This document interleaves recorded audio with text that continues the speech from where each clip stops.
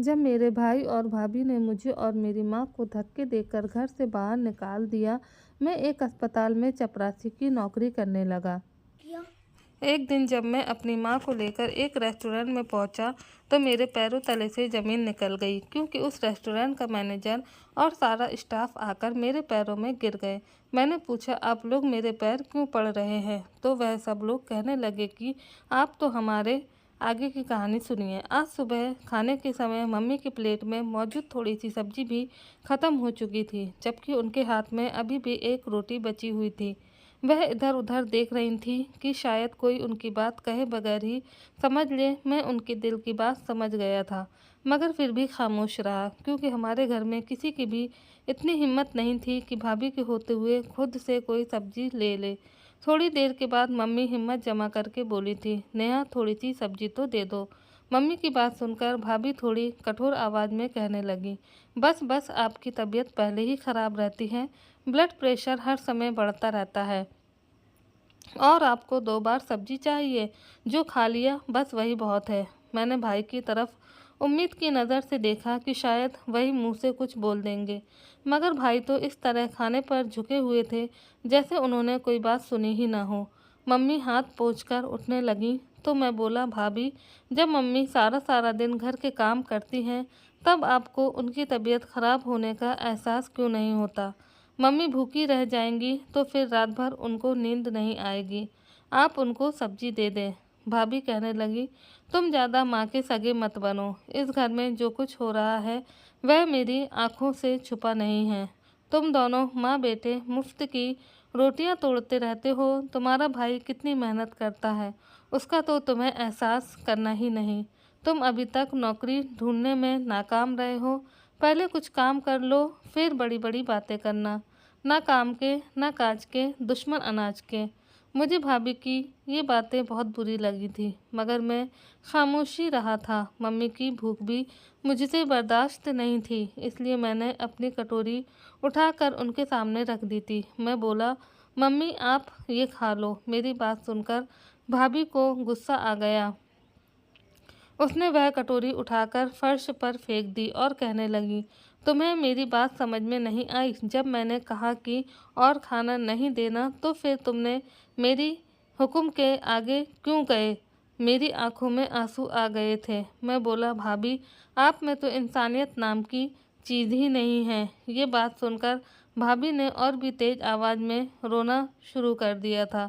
वह कहने लगी, ये देखो मोहित, रमेश की बातें सुनो, ये मेरे साथ बदतमीजी कर रहा है। भाई ने मुझे घूरकर देखा था।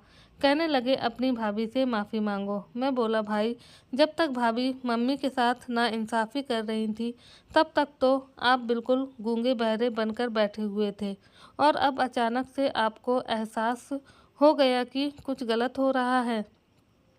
आप कितने जोरों के गुलाम हो गए हो, आपको अपनी माँ का कुछ ख्याल नहीं है। भाई उठकर खड़े हो गए थे और कहने लगा, मैंने बहुत सह लिया तुम्हारी बदतमीजी को, अब तुम्हारे लिए बेहतर इसी में है कि यहाँ से निकल जाओ, नहीं तो मुझसे बुरा कोई नहीं होगा। मुझे भी बहुत गुस्सा आ गया था। मैं बोला, भाई, सच भी यही है कि आपसे बुरा कोई भी नहीं है। इस बात ने भाई ने मेरे मुंह पर एक थप्पड़ मारा और मुझे धक्के मारकर घर से बाहर निकाल दिया। मैं हक्का बक्का खड़ा था, मुझे इस सब की उम्मीद नहीं थी। मम्मी कहने लगी, मोहित, तुम्हें क्या हो गया है? तुम रमेश को यूं घर से नहीं निकाल सकते, ये घर उसका भी है, तुम दोनों का बराबर का हिस्सा है इस घर में। भाई कहने लगे, मम्मी, आपको अपने दूसरे बेटे की इतनी ही चिंता है तो आप भी उसके ही साथ चली जाए। मैं घर में ये सब बर्दाश्त नहीं कर सकता। मेरी मम्मी को भी बड़े भाई ने घर से निकाल दिया था। मुझे अपनी बिल्कुल भी परवाह नहीं थी, मैं तो कहीं पर भी रह सकता था, सड़कों पर भी रात गुजार सकता था, मगर मैं मम्मी को कहाँ पर रखता? मैं बहुत घबरा गया था। मैं बोला, मम्मी, आपको यूं घर छोड़कर नहीं आना चाहिए था, वह आपके स्वर्गीय पति का घर है, आप वहीं पर रहती, मैं अब आपको कहाँ लेकर भटकता फिरूं? मेरे पास तो रहने के लिए जगह भी नहीं है। मेरी बात सुनकर मम्मी फूट फूट कर रोने लगी थी और बोली, ठीक है, ना उसको मेरी ज़रूरत है ना तुम्हें मेरी परवाह है, इससे अच्छी तो मैं मर ही जाती हूँ, मैं जहर खा लेती हूँ। पहले एक बेटे ने घर से निकाल दिया और अब तुम भी मुझे दुत्कार रहे हो, तो मुझे बताओ मैं कहाँ जाऊँ? मैं बोला, मम्मी ऐसी कोई बात नहीं है, आप मेरी मजबूरी को समझने की कोशिश करें। मैं आपको जानबूझकर नहीं छोड़ा रहा। मैं तो इस बात से परेशान हूँ कि मैं आपको कहाँ रखूँगा। मेरे पास खुद रहने के लिए कोई जगह नहीं है और आपको यूँ परेशान होते मैं नहीं देख सकता। मेरी माँ कहने लगी, तुम चिंता मत करो, तुम्हारे साथ तुम्हारी माँ है, भगवान ज़रूर कोई चमत्कार करेगा। मैं माँ को लेकर अपने एक दोस्त के घर चला गया था क्योंकि मुझे और कुछ समझ नहीं आ रहा था। होटल में रहने के लिए मेरे पास पैसे नहीं थे। माँ को खाना खिलाने के लिए भी मेरे पास एक पैसा मौजूद नहीं था। मेरे दोस्त ने मुझे और मेरी माँ को बड़े ही अच्छे तरीके से स्वागत किया था। मैंने उसे कहा कि मैं यहाँ सिर्फ 2 दिन के लिए रुकूंगा और फिर चला जाऊँगा। तो मेरा दोस्त कहने लगा कि तुम माँ जी के साथ आए हो, जब तक चाहे यहाँ रह सकते हो। मुझे पता था कि मेरा दोस्त भी मेरी ही तरह है, वह भी अपने माँ बाप के पैसे पर पल रहा था। वह भी हमारा खर्चा ज़्यादा दिन उठा नहीं सकता था और फिर मैं किसी पर बोझ भी नहीं बनना चाहता था। इसलिए मैं मम्मी को वहीं छोड़कर खुद नौकरी की तलाश में निकल पड़ा था। ये तो किस्मत की बात होती है कि किसी के हाथ में भगवान पैसा ही पैसा दे देता है तो किसी के हाथ खाली रह जाते हैं। मेरा भाई मुझसे कम पढ़ा लिखा था, मगर फिर भी उसे एक बहुत ही अच्छे होटल में मैनेजर की जॉब मिली हुई थी और उसकी तनख्वाह बहुत अच्छी थी, जबकि मैं उससे ज़्यादा पढ़ा लिखा था और अभी तक इधर उधर सड़कों पर भटकता फिर रहा था। मेरी माँ अब सुरक्षित जगह पर थी, इसलिए मैं सुबह सवेरे उठकर जॉब की तलाश में निकल जाता था और रात 10 बजे ही वापस आ जाता था। मैंने अपने दोस्त से 2 दिन का वक्त मांगा था, मगर अब मुझे उनके घर आए हुए 4 दिन हो गए थे, मगर फिर भी नौकरी कहीं नहीं मिली थी। अब मैं बहुत ज़्यादा उलझन में था, घबरा गया था कि क्या करूं। चौथे दिन मैंने सोचा कि मैं बस अब अपने दोस्त के घर से निकल जाऊंगा। आगे जो भगवान को मंजूर होगा वही होगा। मैं नौकरी की तलाश में एक बार फिर से निकल चुका था। मैंने कोई ऐसा जगह नहीं छोड़ी थी जहाँ पर मुझे कोई अच्छी जॉब मिल जाती। मैं थक हार कर सड़क के किनारे बैठ गया था जब मेरी नज़र दीवार पर चिपकी एक कागज़ पर पड़ी थी, जिस पर लिखा हुआ था कि एक अस्पताल में एक चपरासी की ज़रूरत है, तनख्वाह 30,000 और रहने का इंतज़ाम फ्री। ये पढ़कर मेरी आंखों में आंसू आ गए थे। मैंने खुद से कहा, रमेश, ये जॉब तुम्हारे लिए नहीं है। मैंने तो MBA किया हुआ था, तो क्या अब मैं एक चपरासी की जॉब करूँगा? मेरा दिल खून के आंसू रोने लगा था, लेकिन माँ का चेहरा आंखों के सामने घूम गया और फिर मैं बिना कुछ भी सोचे समझे उठ खड़ा हुआ था और उस पते पर पहुंच गया जहां चपरासी की ज़रूरत थी। मैं जब अस्पताल के स्टाफ को कहा कि मैं चपरासी की नौकरी के लिए आया हूं, तो वह लोग मुझे देखकर हैरान रह गए थे, क्योंकि शक्ल सूरत में अच्छे घर आने का लड़का लग रहा था और भगवान ने बनाया भी मुझे बहुत ही खूबसूरत था। कॉलेज टाइम में भी लड़कियां मेरी खूबसूरती की दीवानी हुआ करती थीं कि जैसे मैं किसी रियासत का राजकुमार हूँ। मुझे इंटरव्यू के लिए डॉक्टर के पास लेकर जाया गया। जब डॉक्टर ने मेरी फाइल देखी तो वह हैरान रह गया और कहने लगा, तुमने तो MBA किया हुआ है और तुम एक चपरासी की नौकरी करना चाहते हो। ये नौकरी तो उन लोगों के लिए है जो अनपढ़ होते हैं और अपनी मेहनत से रोजी रोटी कमाना चाहते हैं। मुझे बताओ कि तुम ये काम क्यों करना चाहते हो? मेरी आंखों में आंसू आ गए थे। मैं बोला, मैं बहुत ज़्यादा मजबूर हूँ। बहुत सी जगह पर इंटरव्यू देने गया, मगर कुछ भी हाथ नहीं आया। मुझे इस जॉब की बहुत सख्त ज़रूरत है, भले ही वह एक चपरासी की ही क्यों ना हो। इस वजह से मैं ये जॉब करने के लिए तैयार हूँ। डॉक्टर कहने लगा, अगर ऐसी ही बात है तो मैं तुम्हें ये नौकरी दे देता हूँ। डॉक्टर ने मुझे चपरासी की नौकरी दे दी थी। अस्पताल के पीछे बने फ्लैट में से मुझे एक फ्लैट भी दे दिया गया था। मुझे समझ नहीं आ रहा था कि ये मेरे लिए खुशी का मौका है या फिर उदासी का। खैर, जो भी था, मैं घर गया और अपने दोस्त का शुक्रिया अदा किया कि तुमने मुझे इस मुश्किल समय में मेरा साथ दिया और मुझे अपने घर में रहने की जगह दी। अब मैं अपनी माँ को यहाँ से लेकर जा रहा हूँ। मेरा दोस्त कहने लगा कि तुम कहाँ जाओगे? तो मैंने उसे बता दिया कि मुझे अस्पताल में नौकरी मिल गई है। तो वह हंसने लगा और बोला कि तुम मुझे बेवकूफ़ मत बनाओ। पढ़ाई तुम्हारी MBA की है, फिर अस्पताल में तुम्हें नौकरी कैसे मिल गई है? मैं बोला, मुझे चपरासी की नौकरी मिली है। ये बात सुनकर मेरे दोस्त की आंखों में भी आंसू छलक आए थे। वह कहने लगा, यार रमेश, मेरा घर तुम्हारे लिए हमेशा खुला है, लेकिन खुद पर इस कदर जुल्म मत करो। तुम अपनी हिम्मत जारी रखो, तुम्हें अच्छी नौकरी ज़रूर मिल जाएगी। तब तक तुम मेरे घर में बिना किसी डर और ख़तरे के रह सकते हो। मैं बोला, तुम्हारा बहुत बहुत धन्यवाद कि तुमने मुझे इतने दिन यहाँ रखा और हर तरह से ख्याल भी रखा। मैं तुम्हारा एहसान ज़िंदगी भर नहीं भूलूँगा। अब जब मुझे रोज़ी रोटी मिल रही है तो मैं उसको लात नहीं मानना चाहता।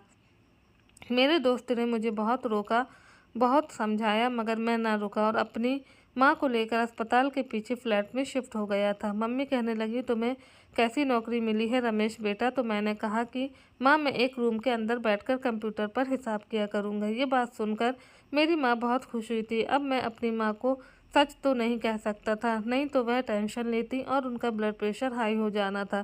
खैर, अब मैं हर रोज़ काम पर जाया करता था। बड़ी दिलचस्पी से अस्पताल में सफाई करता रहता था और सोचता था कि शायद मेरी किस्मत में यही सब लिखा है।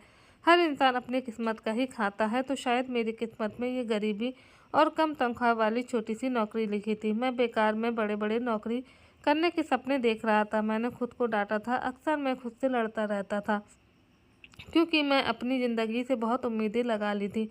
खैर, जो होना था वह हो गया था। पूरा महीना बहुत अच्छे से काम करता रहा। मुझे डॉक्टर ने भी अपने ऑफिस में बुलाकर मेरी बहुत तारीफ़ की थी और कहा था कि तुम्हारी तरफ से हमें कोई शिकायत नहीं मिली है। फिर डॉक्टर ने मुझसे कहा कि मैं अपने एक दोस्त को तुम्हारी फ़ाइल दी हुई है, वह देखेगा कि वह तुम्हारे लिए कुछ कर सकता है या नहीं। मुझे उम्मीद वह तुम्हें कहीं ना कहीं अच्छी जॉब पर लगवा देगा। ये बात सुनकर मैं बहुत खुश हुआ था। मैं बोला, डॉक्टर साहब, अगर ऐसा हो गया तो मैं आपका एहसान ज़िंदगी भर नहीं भूलूंगा। मैं आपको सारी उम्र दुआएं देता रहूँगा। डॉक्टर मुस्कुरा दिया। उसने मेरे हाथ में 30,000 रख दिए थे। कहने लगा, ये लो तुम्हारी तनख्वाह। मैं जल्दी से तनख्वाह लेकर और डॉक्टर को धन्यवाद देकर डॉक्टर के ऑफिस से बाहर निकल आया था। मैंने अपनी तनख्वाह को गिनना शुरू कर दिया। मेरी आंखों में आंसू आ गए थे, क्योंकि मेरे पापा के मरने के बाद तो मैंने कभी भी 30,000 रुपये एक साथ देखे भी नहीं थे। मैं तो 500 के नोट को देखने के लिए भी तरस कर रह गया था। मैं उन पैसों को बार बार गिन रहा था और सोच रहा था कि सबसे पहले मैं घर में राशन लेकर जाऊंगा, क्योंकि खाने पीने के सामान की बहुत दिक्कत हो चुकी थी। मैं अपनी माँ को अच्छा खाना खिलाना चाहता था। मैंने वह पैसे जल्दी से अपनी जेब में डाल लिए, लेकिन तभी अचानक मेरे सामने एक औरत आकर खड़ी हो गई। उसने दोनों हाथ मेरे सामने जोड़ दिए। वह कहने लगी, भगवान के लिए मेरी मदद करो। वह बिना कुछ कहे बस रोई जा रही थी। उसकी आंखों से आंसू गिरते चले जा रहे थे। मैं बोला, क्या हुआ है? तो वह कहने लगी, कल मेरे बेटे का एक्सीडेंट हो गया था। मोटरसाइकिल तेज रफ्तार से चला रहा था। मेरे बेटे ने तो ये भी नहीं सोचा कि अगर उसे कुछ हो गया तो मैं क्या करूँगी। उसने मेरी परवाह नहीं की। अब वह आईसीयू में पड़ा है। उसके ऑपरेशन के लिए मुझे पैसों की ज़रूरत है और मेरे पास कुछ भी नहीं है। मेरे हाथ खाली हैं। अगर मैं ये कहूँ कि भगवान के अलावा कोई मेरे बच्चे की ज़िंदगी बचा सकता है तो वह पैसे ही हैं। बिना पैसे के मेरा बेटा बच नहीं सकता। अगर पैसे हुए तो डॉक्टर उसका ऑपरेशन करेंगे, नहीं तो वह मेरे बच्चे को डिस्चार्ज कर देंगे। मुझे थोड़े से पैसे दे दो ताकि मेरे बच्चे की जान बच सके। उस औरत के चेहरे पर इस कदर बेबसी थी कि उसे देखकर मेरा दिल भी बुझ सा गया था। मैंने कुछ भी सोचे समझे बिना ही वह 30,000 रुपये उस औरत के हाथ में रख दिए थे। मैं बोला कि मैं भगवान से प्रार्थना करूंगा कि वह आपके बच्चे को लंबी ज़िंदगी दे और आपको औलाद का गम ना दिखाए। वह औरत मुझे आशीर्वाद देती हुई आगे बढ़ गई थी। वह किसी दूसरे इंसान के सामने हाथ जोड़कर अपने बच्चों के लिए पैसे मांग रही थी, लेकिन उस आदमी ने उसे धुतकार कर भगा दिया था। अब वह किसी तीसरे आदमी के पास जाकर हाथ जोड़कर पैसे मांग रही थी, लेकिन वहाँ पर भी उसे मना ना कर उम्मीद होना पड़ा था। उस पल मेरे दिल में आया कि काश मेरे पास इतना पैसा होता कि मैं उस औरत की मदद कर देता। फिर मैंने सोचा कि मैं खुद अस्पताल के डॉक्टर से उस औरत के लिए पैसे मांगता हूँ। मैं जल्दी जल्दी सीनियर से डॉक्टर के पास गया और एक से पैसों की अपील की थी। मेरे कहने कहा कि मेरे हर महीने की तनख्वाह आप लोग ही ले लेना, लेकिन इस समय मुझे पैसे की सख्त ज़रूरत है। मुझे पैसे दे दो। किसी ने मुझे 10,000 रुपये दिए तो किसी ने 20,000 मेरे हाथ में रख दिए थे। मैं बहुत खुश हो गया था कि चलो उन पैसों को जब मैं उस औरत के हाथ में रखूँगा तो वह खुश हो जाएगी। मैंने लगभग 70,000 जमा कर लिए थे। मैंने उस औरत को अस्पताल में ढूंढकर वह पैसे उस औरत को थमा दिए और बोला, मैं अस्पताल के स्टाफ से ये पैसे जमा कर लिए हैं, आप ये डॉक्टर को दे दें ताकि वह आपके बच्चे का ट्रीटमेंट शुरू करें और बाकी के पैसों का इंतजाम भी भगवान ज़रूर कर देगा। वह औरत जल्दी से आगे बढ़ी और मेरे हाथ चूमने लगी और कहने लगी, भगवान तुम्हें इसके बदले तुम्हें बहुत बड़ा फल देगा।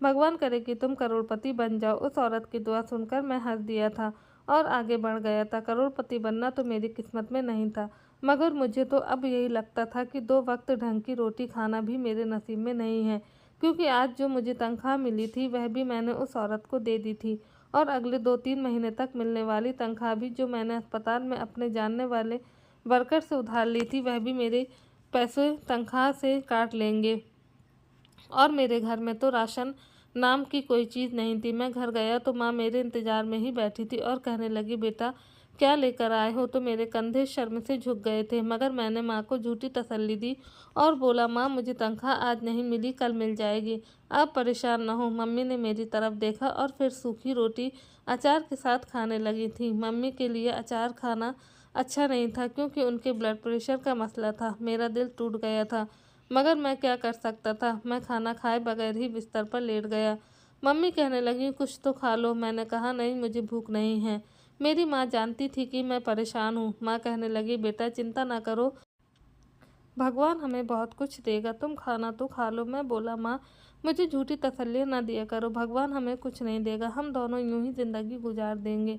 माँ ने मेरे सर पर एक हाथ मारा और वह कहने लगी, आज के बाद मेरे सामने मायूसी की बातें मत करना, भगवान के हाथ में सब कुछ है, जिसे चाहे दे और जिसे चाहे उससे छीन ले।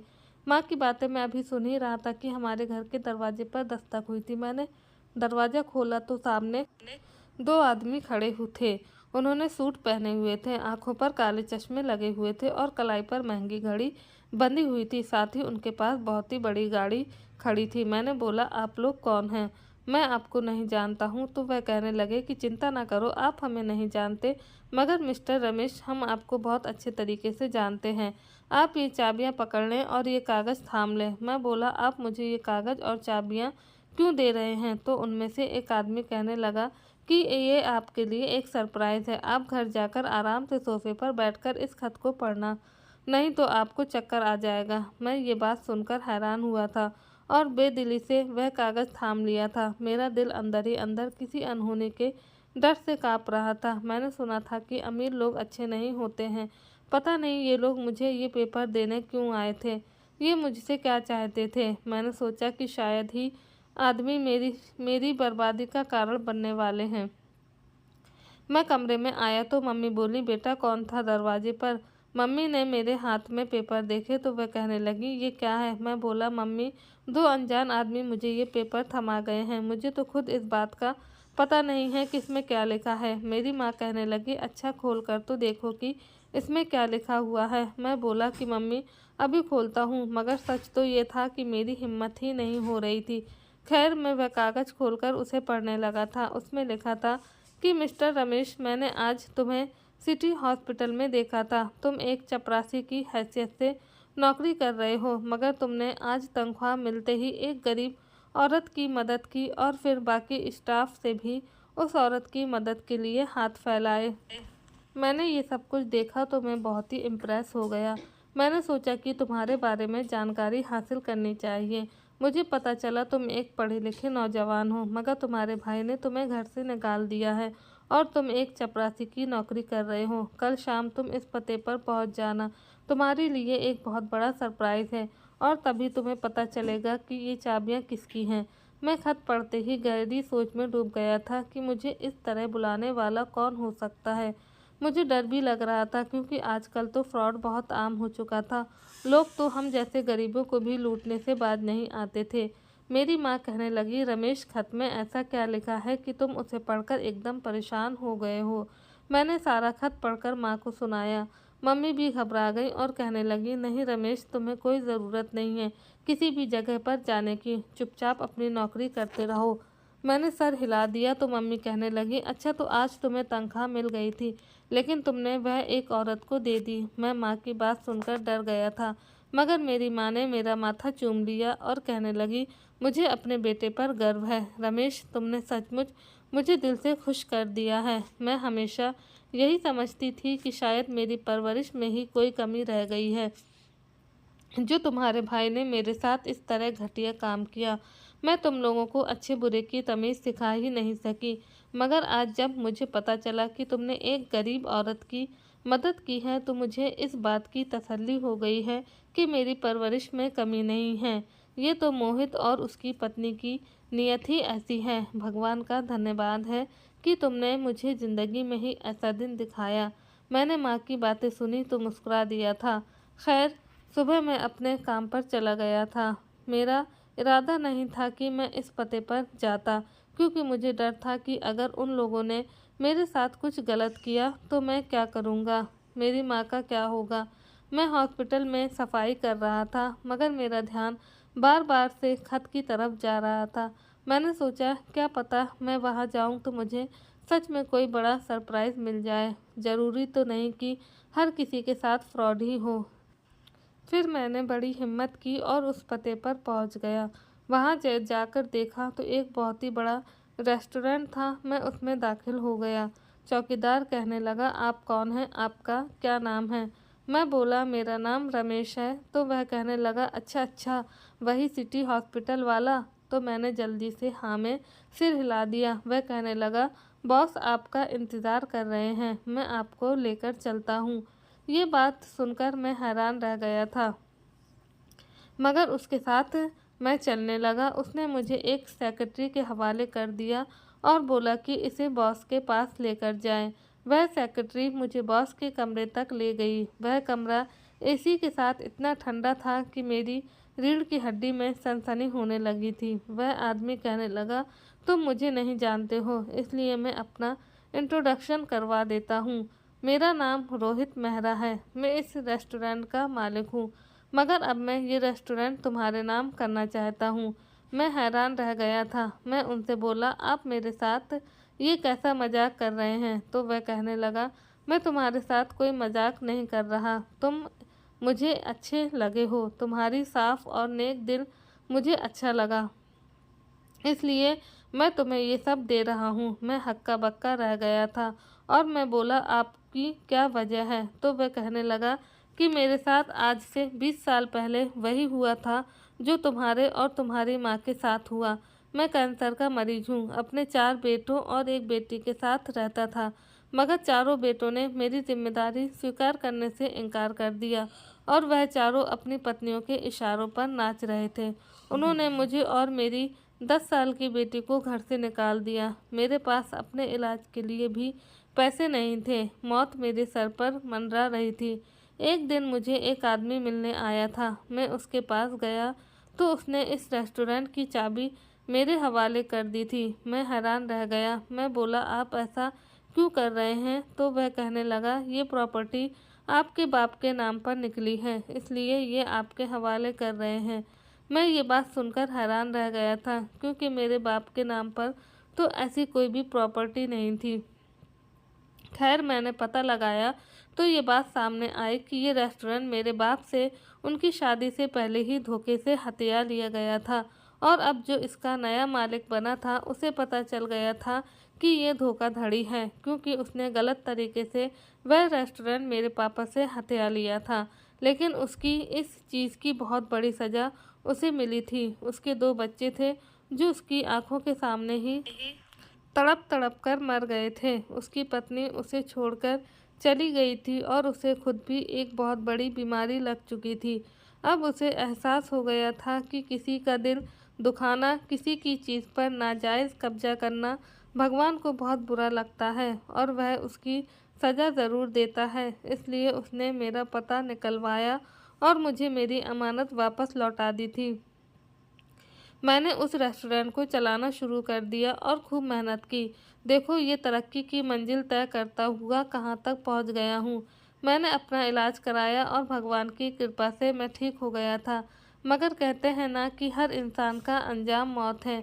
मेरा कैंसर फिर से वापस आ गया है। मैंने इलाज भी करवाया, लेकिन अब ये बीमारी लाइलाज हो चुकी है। मुझे भी अब लगने लगा है कि ज़िंदगी के दिन पूरे हो चुके हैं और अब मौत मेरे इंतज़ार में है। इसलिए मैं ये चाहता हूँ कि किसी ऐसे इंसान के हाथ में मेरा रेस्टोरेंट जाए जो दूसरों को फ़ायदा करता हो। मैंने तुम्हें देखा था अस्पताल में, तुमने एक औरत का भला किया था, जबकि तुम्हारे पास उस समय सिर्फ 30,000 ही थे। मैं ये सोचने लगा, अगर तुम इतने से पैसे से भी किसी की मदद कर सकते हो तो तुम्हारे पास ज़्यादा आ जाएगा तो तुम कितने लोगों की मदद करोगे। और फिर मैं भी अपनी प्रॉपर्टी अपने बेटों के नाम पर नहीं करना चाहता, जिन्होंने मुझे धुतकार दिया था। इसलिए मैं ये प्रॉपर्टी तुम्हारे नाम करके जा रहा हूँ। उम्मीद करता हूँ कि तुम लोगों के साथ भला करते रहोगे। बस मेरी तुमसे एक छोटी सी विनती है कि मेरी बेटी का हाथ थाम लो और उससे शादी कर लो। मेरी एक ही बेटी है, मैं उसे उसके भाइयों के हवाले छोड़कर नहीं जा सकता। वह बहुत ही मासूम है। उसके भाई और भाभी उसकी ज़िंदगी जहन्नुम बना देंगे और पता नहीं उसकी शादी कहाँ करेंगे। उस आदमी की बातें सुनकर मुझे एहसास हो गया था कि ये तो भगवान की ही कृपा है। मैंने तो कभी सपने में भी नहीं सोचा था कि मेरा छोटा सा पुण्य मेरे लिए इतना बड़ा फल देगा। मैंने सोचा शायद इसीलिए हमें गरीबों की मदद कर देनी चाहिए। मैंने भगवान की राह में सिर्फ 30,000 दिए और भगवान ने मुझे 100 करोड़ की प्रॉपर्टी मेरे नाम कर दी। ये मंजर ऐसा था कि मेरी आँखों से आंसू आ गए थे और मैंने भगवान का धन्यवाद किया। मुझे आज पता चला कि सच है कि दूसरों की मदद करने से दिल को भी सुकून मिलता है और भगवान भी खुश होता है। अब मैं उस रेस्टोरेंट में काम करने लगा था। कुछ ही दिनों में मुझे रेस्टोरेंट के सारे मामला समझ आने लगे थे। मेरी ट्रेनिंग भी कराई गई थी और फिर मेरी शिक्षा भी मेरे बहुत काम आई थी। रेस्टोरेंट का काम समझने के साथ साथ अब रोहित मेहरा ने मेरी शादी अपनी बेटी प्रीति के साथ करवा दी थी। प्रीति बहुत ही सुंदर लड़की थी और सबसे बड़ी बात तो ये थी कि वह दिल की बहुत ही साफ लड़की थी। शादी के बाद मैं उसे एक अलग फ्लैट में लेकर गया था क्योंकि मैंने हॉस्पिटल की जॉब अब छोड़ दी थी, इसलिए हॉस्पिटल वाला फ्लैट भी छोड़ना पड़ा था। लेकिन रोहित जी ने मेरे लिए एक बहुत ही अच्छा फ्लैट बुक किया था जो कि मेरे और प्रीति के नाम था। अब मैं और मेरी माँ और प्रीति इस फ्लैट में रहने लगे थे। बहुत जल्द ही मैं उस सीट को संभालने के काबिल हो चुका था। जब मैंने बॉस की सीट संभाली तो ये देखकर हैरान रह गया था कि मैनेजर की लाइन में मेरा भाई भी खड़ा है। मेरा भाई जिस रेस्टोरेंट में मैनेजर था, मैं अब वहाँ का बॉस बन चुका था। मेरा भाई तो ये देखकर ही हैरान रह गया था। थोड़ी देर के बाद जब मैं अपने ऑफिस गया तो मेरा भाई भी मेरे पीछे ही आ गया। वह कहने लगा, रमेश ये सब कैसे हुआ? तो मैं बोला कि मैं अब आपका बॉस हूँ, इसलिए मुझे रमेश कहने की ज़रूरत नहीं है।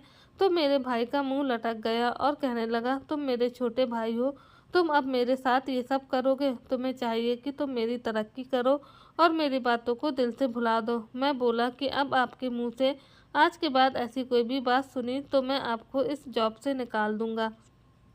मेरी बात सुनकर मेरा भाई घबरा गया था और फिर मेरे ऑफिस से निकल गया। मैंने सोचा कि ये तो सारी भगवान की लीला है। कोई आप पर हुक्म करना चाहता हो लेकिन वह एकदम से आपके पैर में भी गिरने को तैयार हो जाता है। मैंने अपनी ज़िंदगी से सबक सीखा है कि कभी भी अपने आप पर घमंड करना नहीं चाहिए। इस कदर मुमकिन हो सके गरीबों की मदद करनी चाहिए। मैं अब रेस्टोरेंट चलाने लगा था और भगवान की कुछ ऐसी कृपा हुई, पहले से भी ज़्यादा चलने लगा था। मैंने बहुत से गरीब परिवारों की मदद की थी। अब मेरे ससुर मुझसे बहुत खुश थे और मेरी पत्नी प्रीति तो बहुत ही अच्छी पत्नी साबित हुई थी। उसने मेरी माँ की जिस तरह लगन से सेवा की थी, मुझे उसका विश्वास ही नहीं होता था कि वह एक बहू है। वह तो एक बेटी ही बनकर मेरी माँ की सेवा करती थी। मेरी माँ भी प्रीति से बहुत खुश थी। आज मैं अपनी ज़िंदगी में बहुत खुश हूँ। किसी चीज़ की कोई कमी नहीं है। तो दोस्तों, आप सब लोगों को क्या लगता है कि मुझे अपने भाई और भाभी को माफ़ कर देना चाहिए या नहीं? कमेंट बॉक्स में ज़रूर बताइएगा। अगर आपको ये कहानी अच्छी लगी है तो वीडियो को आप लाइक कर दीजिएगा, शेयर कर दीजिएगा और हाँ, अगर आप हमारे चैनल पर नए हैं तो प्लीज़ आप मेरे चैनल को सब्सक्राइब कर दीजिएगा। तो मिलते हैं एक और आपसे नई कहानी के साथ। आप सबका बहुत बहुत धन्यवाद।